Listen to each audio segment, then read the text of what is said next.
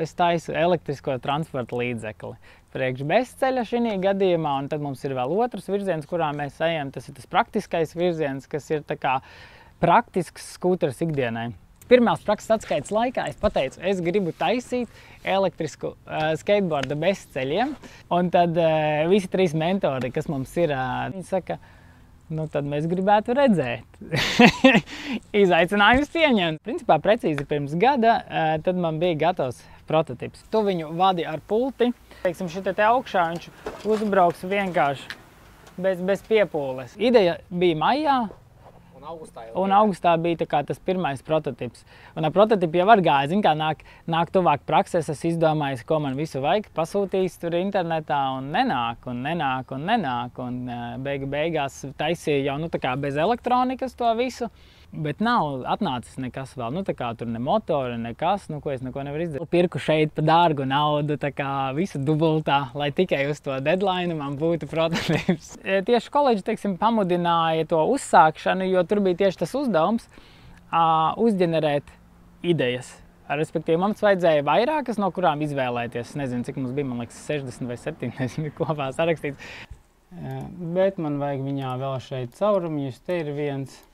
Te un te viens liels, teiksim. Es esmu slikts darbinieks, es nemāku strādāt pie kāda, un visu savu mūžu bez mazvai esmu bijis tā kā pašnodarbināts, un gribējās vienreiz sākt taisīt tā kā kaut ko nopietnāku, kā nevis vienu mazu uzņēmumu, bet tikt arī līdz lielam, kārtīgi darbojošam tā kā kompānijai. Un man īstenībā iepatikās tas, ka programmā bija tā prakse no pirmās dienas. Tev, tā kā, ja tu studē biznesa vadību, tev prakse sanāk, tu sāc jau pirmajā reizē, ok, davai ģenerējam idejas, pēc tam viņas izvērtējam, pēc tam atkal izvēlamies, ko darīsim tālāk, un tad pie tās idejas mēs arī strādājam. Un tas man likās interesanti, un tad es tā vēl nodomāju, jā, kāpēc ne, man būs iespēja pajautāt jautājumus, kādi man radīsies.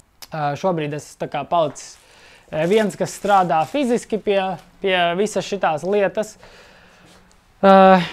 bet man komandā vēl ir viena meitene, kas mani atbalsta tā kā biznesa pusē. Mēs ar viņu diezgan sanāk, mēs katru dienu gandrīz vai ar viņu sazvanamies, risinam kaut kādus jautājumus. Man nekur nav jābrauc, es netērēju laiku ceļā, stāties priekšā no Ikšķeles uz Rīgu 40 minūtes, turpat atpakaļ tikai, lai, teiksim, vienu dienu pamācītos, kā man tas bija otrā koledžā. Un tagad es taupot laiku varu mācīties, pabeidzu, teiksim, to kursu sev brīvā laikā. Ja mēs vienā vārdā to tagad dodam, tad tā ir tā studiju brīvība, kas tev gala rezultātā tāpat aizved. Tās zināšanas, ko mēs tur iegūstam, tas ir viens, bet es ļoti lielu vērtību lieku tieši uz praksi, kur tad piešķirtais mentors, viņš palīdz dažādos jautājumos, vienalga, vai tas bija tie pirmie jautājumi ar investoriem. Nu, tā kā pēc pitcha, investoru pitcha, uzdod jautājumus, un, zin kā, viņi runā savā tajā valodā, un es īsti nesaprotu, ko viņi no manis grib beigās. Un tad es tā kā Kasparam zvanu, jautāju, ko nozīmē šitas, ko nozīmē tas, ko viņi grib.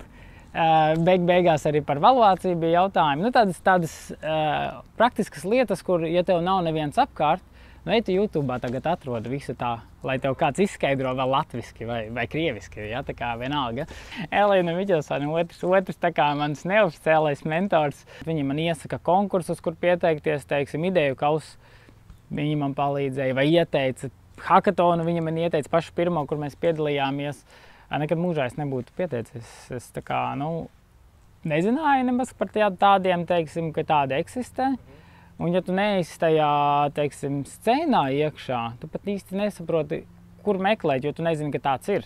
Dabūju reku šitādas lietas. Tā kā zelta diplomu un, kas tas ir, izgudrojuma inovāciju izstādes vienkārši tādu pirmo vietiņu. Te ir arī biedra apliecība, šitais bija baigi svarīgais dokuments, tā kā LTRK. Nu, šitas ir patiesībā visinteresantākais, vai šitas. Tarā, 10 pakas forši, bet šis bija baigi negaidīti. Jo, nu, es saku, man likās, tas diezgan sūdīgi, un tiem citiem bija jau balvas kaut kādas, kuras viņi bija jau iekasējuši, un es domāju, nu labi, nu tad ko tad es vispār te, jā. Tad ir no piedalīšanās, šitais bija tas Cities uz E-hakatons, kurā 48 stundu maratons, vienkārši, kurā mēs beigās vienkārši spriedām par savu ideju un runājām ar mentoriem. Okay. Un beigās vēl naudiņu dabujām, zinu, un tas riktīgi fēni bija. Un te bija tā stūri tā kā prototipam. Respektīvi, tu te stāvi virs, un es tagad tā improvizēti demonstrēju to ideju. Tu stāvi te virsū, tev priekšā ir tā kaste, kurā ir sakrautas visas mantas. Vari aizslēgt, vari neaizslēgt, pie tā kaste būs tā kā modulāra. Šī brīdī tā kaste, skaties, prototipēšana. Tā kaste ir tas, kurā kaķīti ved pie daktera. Patiesībā. Līdz ar to, bet mēs tā kā hackathonā izdrukājām, 3D printeri izdrukājām ārā, tā kā, lai izskatās pēc kaut kā. Pēc tam redzēsi bildi, nekad mūžā nepateiktu, ja es tev neizstāstītu, ka tā ir kaķu kaste. Es domāju, ka tas tā kā cilvēkiem, kuri grib darīt, kuriem ir pietiekoši daudz disciplīnas, lai nepadotos, bet ietu tik un tā tālāk uz mērķi.